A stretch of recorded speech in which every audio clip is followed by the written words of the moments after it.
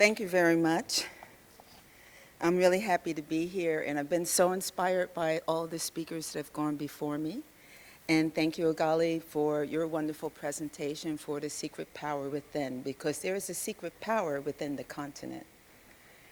And today I'm not going to talk about failed projects in Africa, because failed projects in Africa. Should I start? Did you hear me from the beginning? I'm not going to talk about failed projects in Africa because projects fail everywhere. And we have all kinds of reasons as to why projects fail. But what I'm going to talk about is Africa's project management heritage and where it's going. A little bit about me. I'm not going to say a whole lot more. But I do want to say that I feel compelled to speak to this subject. I've worked widely in Africa for 30 years. I've traveled from Cape Town to Cairo, from Asmara to Accra. And I've seen the rich heritage of the continent, which should leave us with the knowledge and pride of the tremendous capability that can move us forward. So I want to start by saying,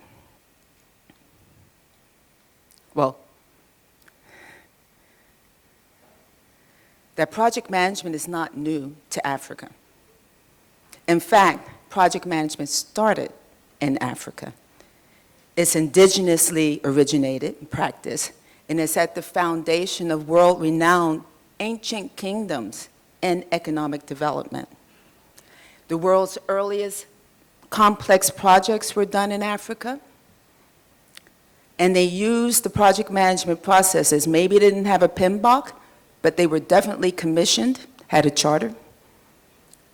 They were planned, they were executed, and they were managed. And the first recognized project manager was in Africa, Imhotep, who was renowned as an architect, engineer, and also a physician. So what's happened? We were at the forefront in ancient times, but somehow we have begun to lag in modern day project management in terms of widespread individual capability. The structures that we have, they're not institutionalized in terms of project management, and we have issues concerning project leadership. However, there's good news.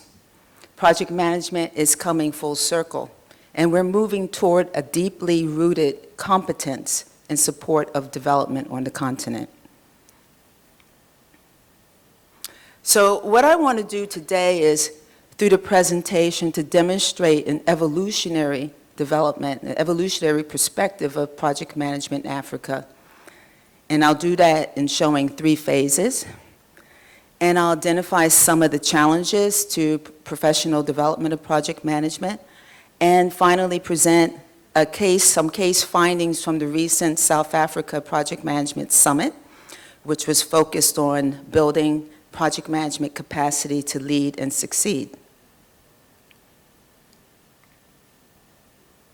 So, as project leaders, I hope you will appreciate, from an Africa regional perspective, some of the issues that are challenging the progress in Africa that we're all hoping for, and challenges challenges for project managers in building a national competence. We want to help you broaden your understanding of approaches that could advance the practice, and to reflect on some options for your particular country context. Okay. In looking at project management, I view the development in 3 phases. First, as I mentioned, in ancient indigenous practice,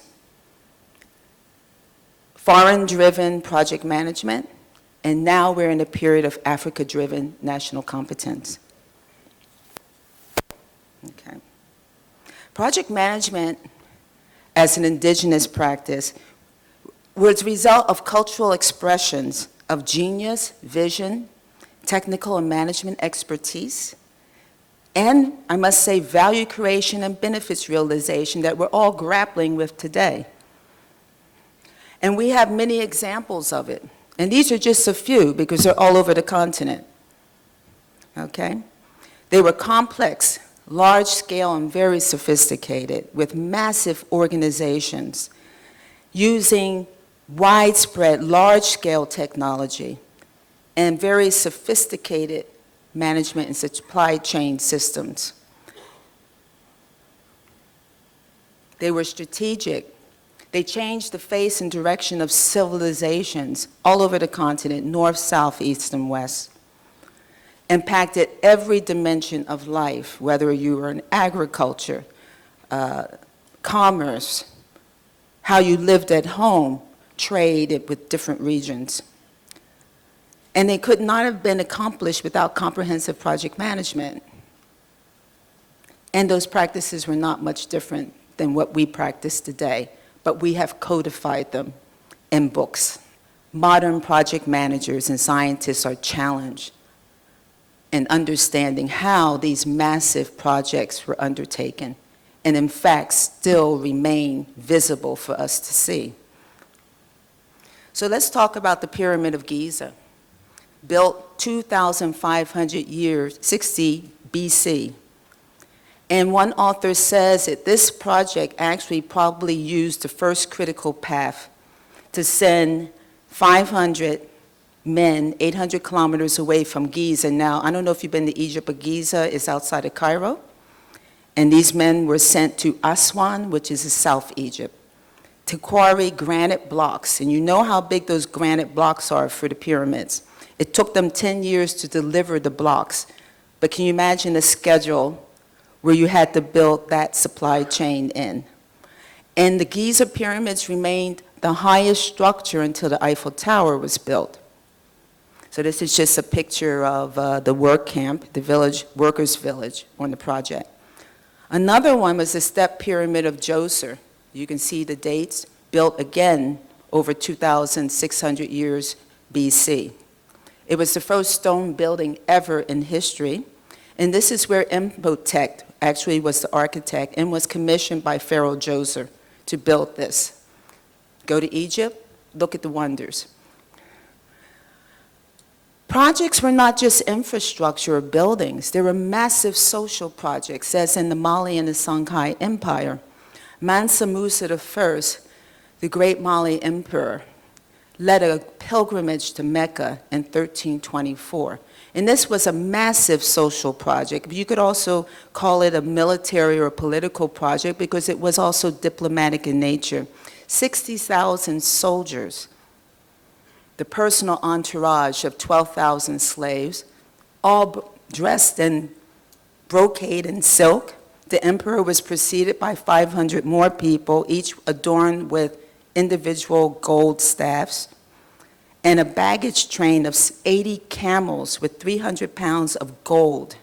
The last part is an error. I forgive me for that. And you can imagine the food that was necessary to feed all of these people from Mali to Mecca. They traveled through Niger, Mauritania, across North Africa to Cairo. When they landed in Cairo, they had such a tremendous impact that it really displaced the gold market there. The prices dropped tremendously. And the word of the majesty of this whole movement and the organization of Mansa Musa went all over the known world at that time and in Europe. And no one from Europe ever saw his kingdom until around 1600. We also, under Mansa Musa, have the great Mosque of Timbuktu. Now, if you heard Saku's presentation yesterday, he spoke about this. This was commissioned in 1327. Prior to the building of the mosque, Timbuktu was a small trading center in gold and salt. But after the building of this mosque, it grew to be a great commercial center for 300 years before it was destroyed by the Europeans. It was the basis for the establishment of Sangor, University of Sangor, and was a center of study of history, law, and Quranic theology, and attracted people from all over the Muslim world. We also have Great Zimbabwe, which is the largest structure outside of Egypt. And it was a thriving trading empire, not just trading in Africa, but also trading in Asia, China, in the wider region. It has the oldest, largest structures in southern Africa, the largest stone complex in Africa outside of Egypt. It was continuously inhabited for 300 years, and that wall protected those inhabitants from invaders. And it's multi-story clay and thatch homes, and it had over 20,000 inhabitants with 30-foot walls. It's just some pictures. And the economy grew as a result of the development of this great infrastructure. There's just some pictures. Okay, so now we're moving from an indigenous heritage into foreign-driven project management.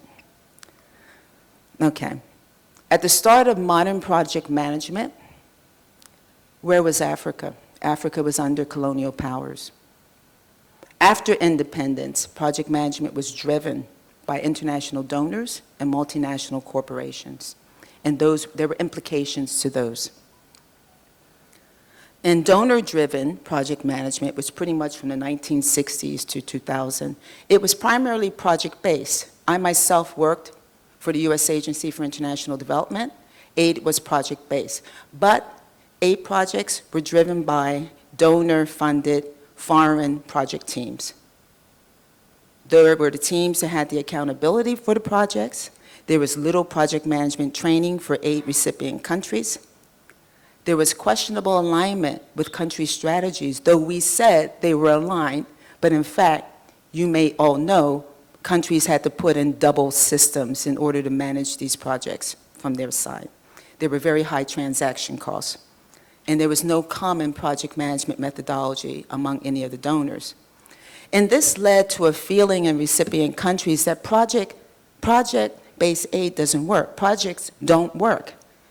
Okay, so we want to move away from projects, and then there were a number of declarations in the Organization of Economic Development that agreed and said, no, we're going to move to more program-based aid, so we provide money on budget, and then we work with countries to help them to develop strategy and from their programs. But unfortunately, what happened was, just a second. I have to go back. How do I go back? This is only forward. Can I go back, please? Can I go back to foreign-driven? This is going all the way to the end. Go back. One more, thank you.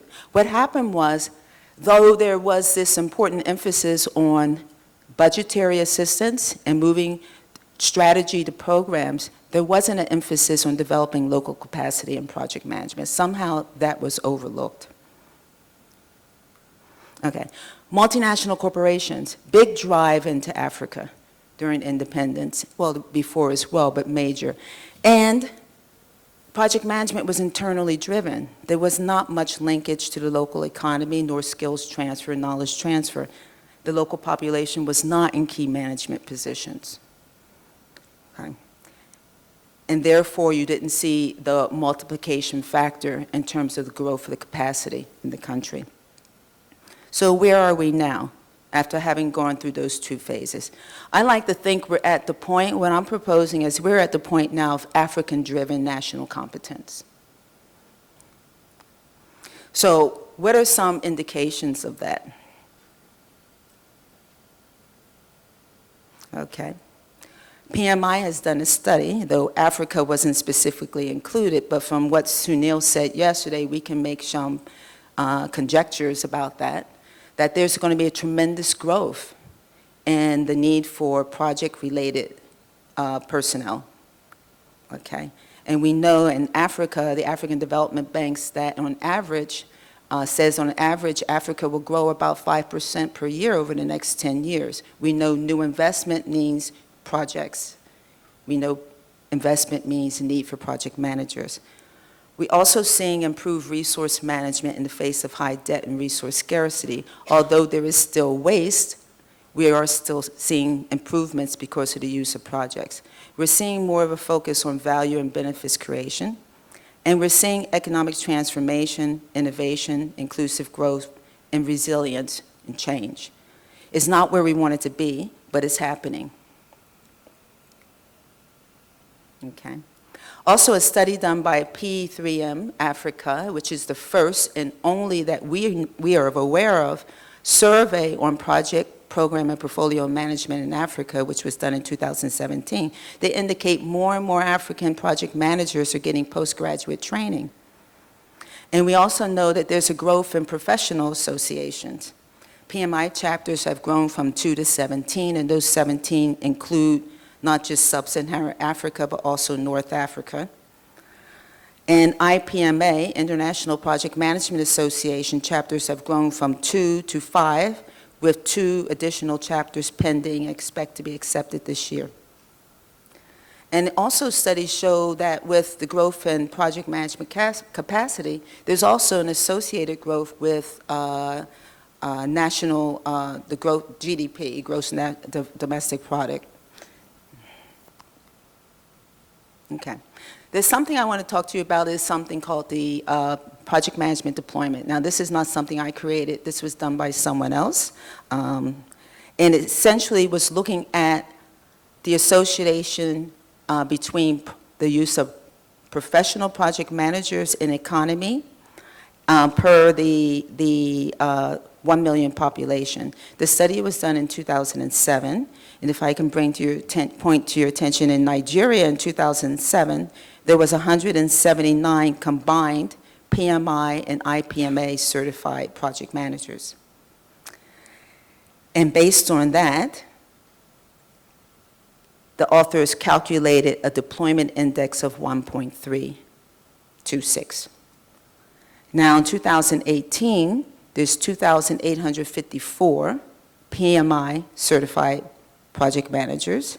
And unfortunately, I didn't get the data on IPMA until this morning. There are 29, but that changes the number for PMI deployment, PM deployment in 2018 to 14.72.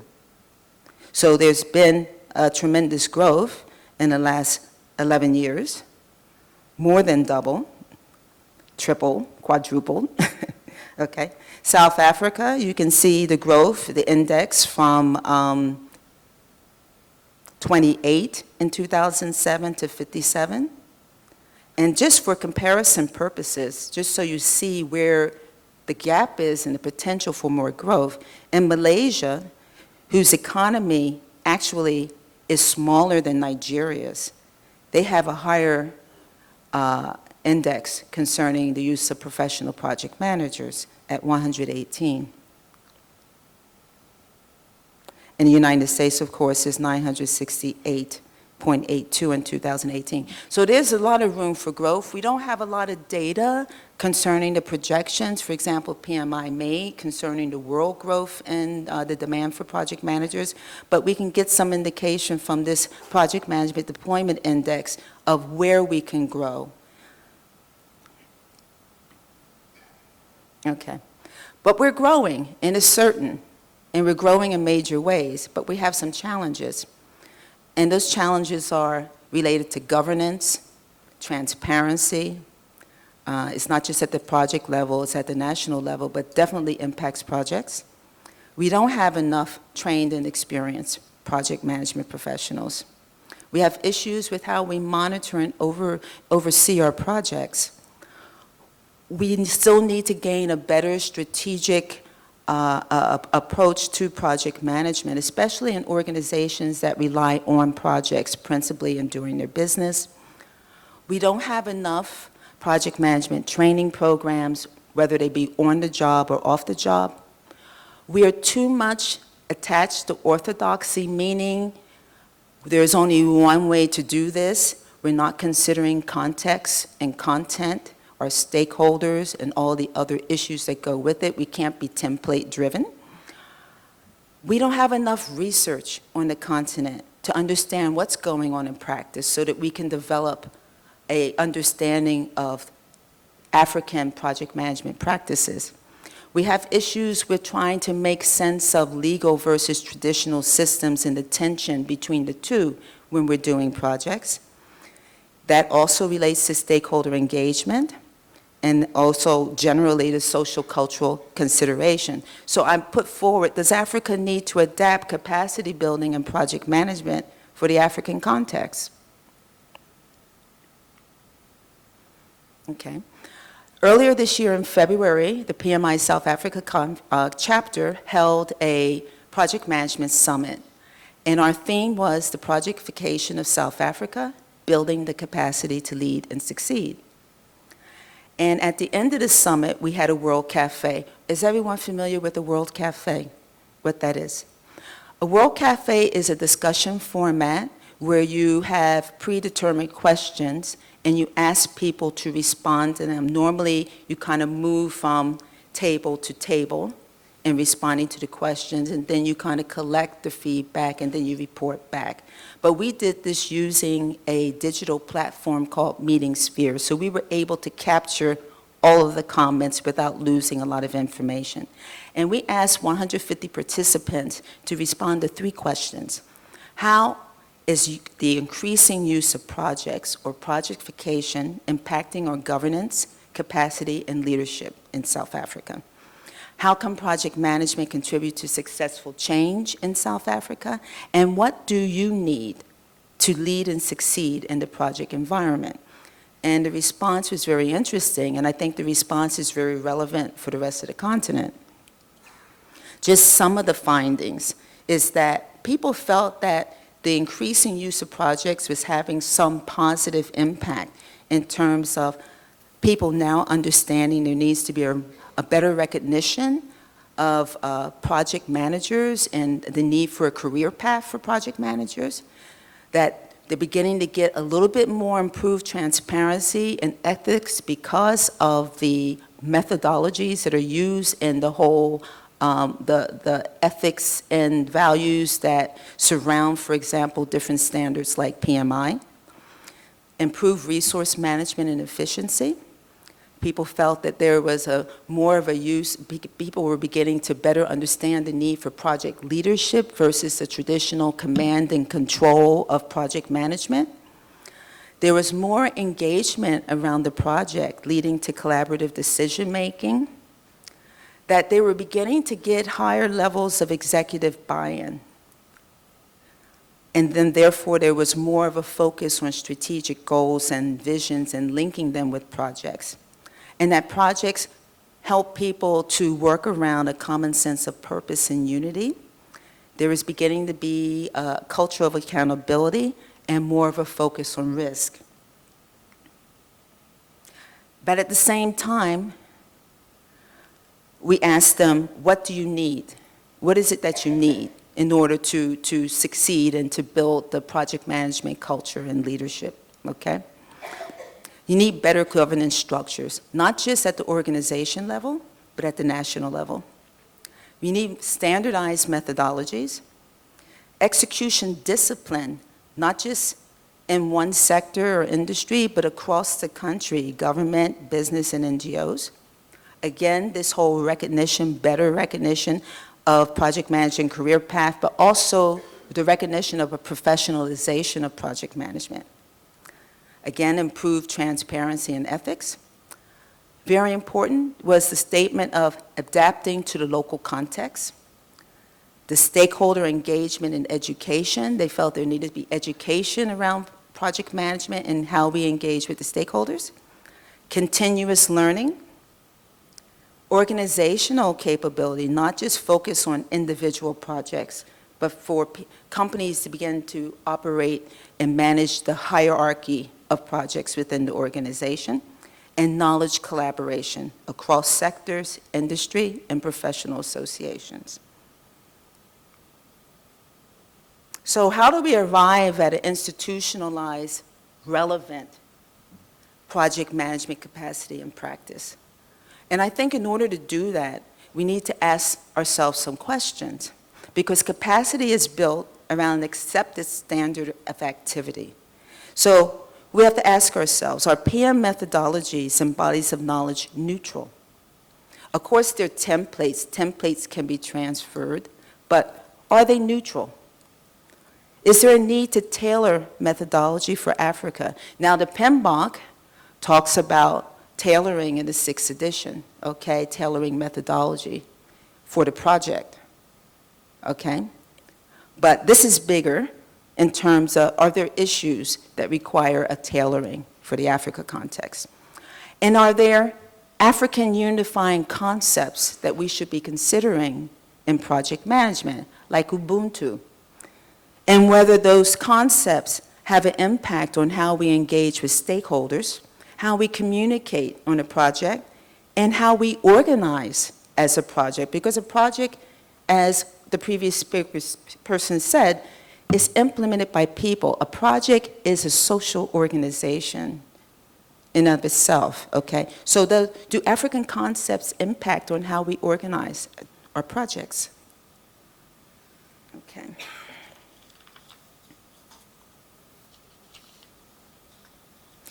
So as a result of the PM Summit, and from my own experience and observations around the continent, and I have to say in conversations with my colleagues in PMI and the leadership team, et cetera, I proposed the framework. This is not the framework.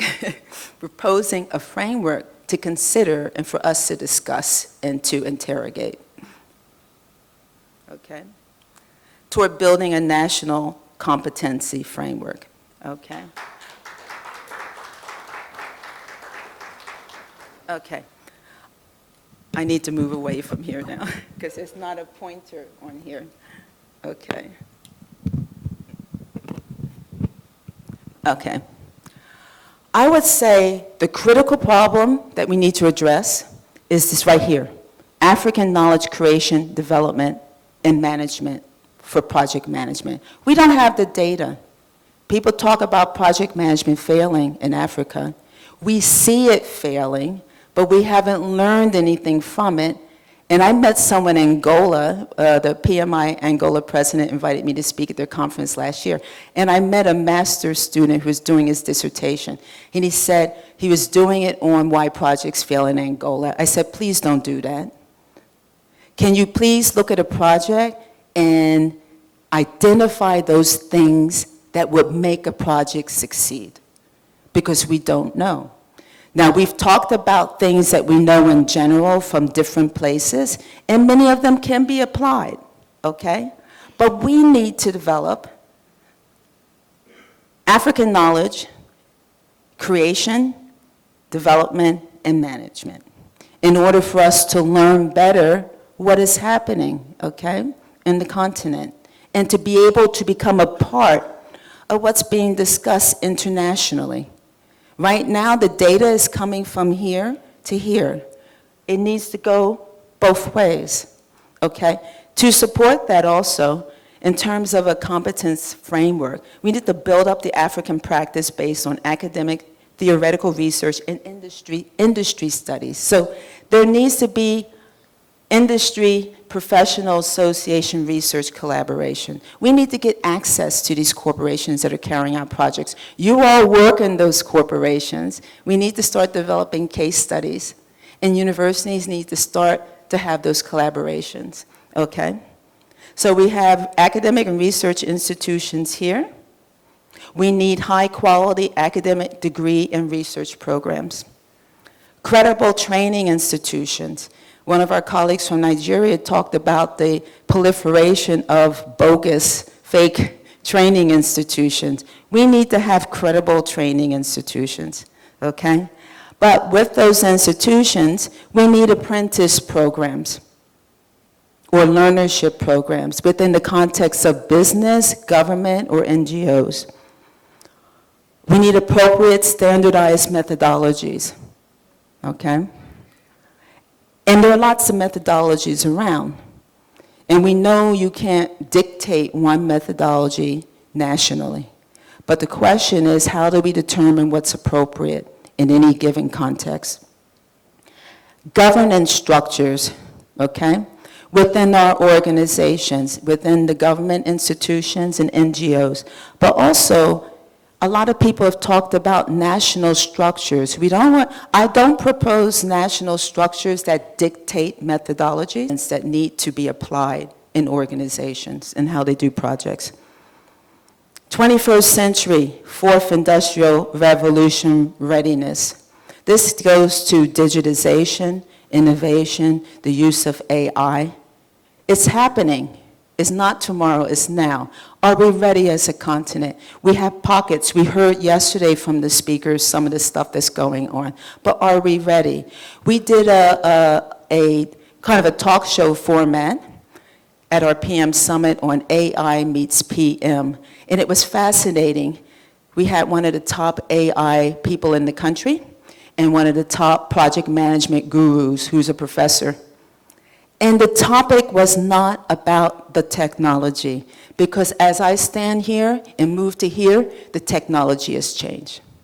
It's about how humans, how we as project workers, what skills do we need to develop to interact with this new technology and to remain relevant. As one futurist said, AI is about machines. The future is, the world of work is about humans, not machines. It's what we do with the logic that comes from the machine. Are we training our people to have critical thinking skills, to be strategic in terms of how we use the technology, to keep up, as someone said earlier, and be curious about the technology? There is a study being done in South Africa at one of the universities about the readiness of South Africa. Though we're one of the top early adopters of AI in the world, we're tied with Singapore, the survey showed that project managers are not ready for the fourth industrial revolution in how we work. Very important. There's a link between governance and professional associations. A reinforcing link. Professional associations need to be much more visible, influential in getting the message out about governance. Our experience is that project managers are confused about what project governance is. They see it as a bureaucratic block. What changes need to be made to facilitate sustainable growth for project management competence? I'm going to go back. Oh, okay. I mean, we have a legacy. We have a heritage, okay? And it's possible for us to build on it. And it's a heritage of cultural expression of genius, vision, technical and management expertise, value creation, and benefits realization. And we can do this. We are on a trajectory. But we have to put the right things in place. We have to change our thinking about what we're doing.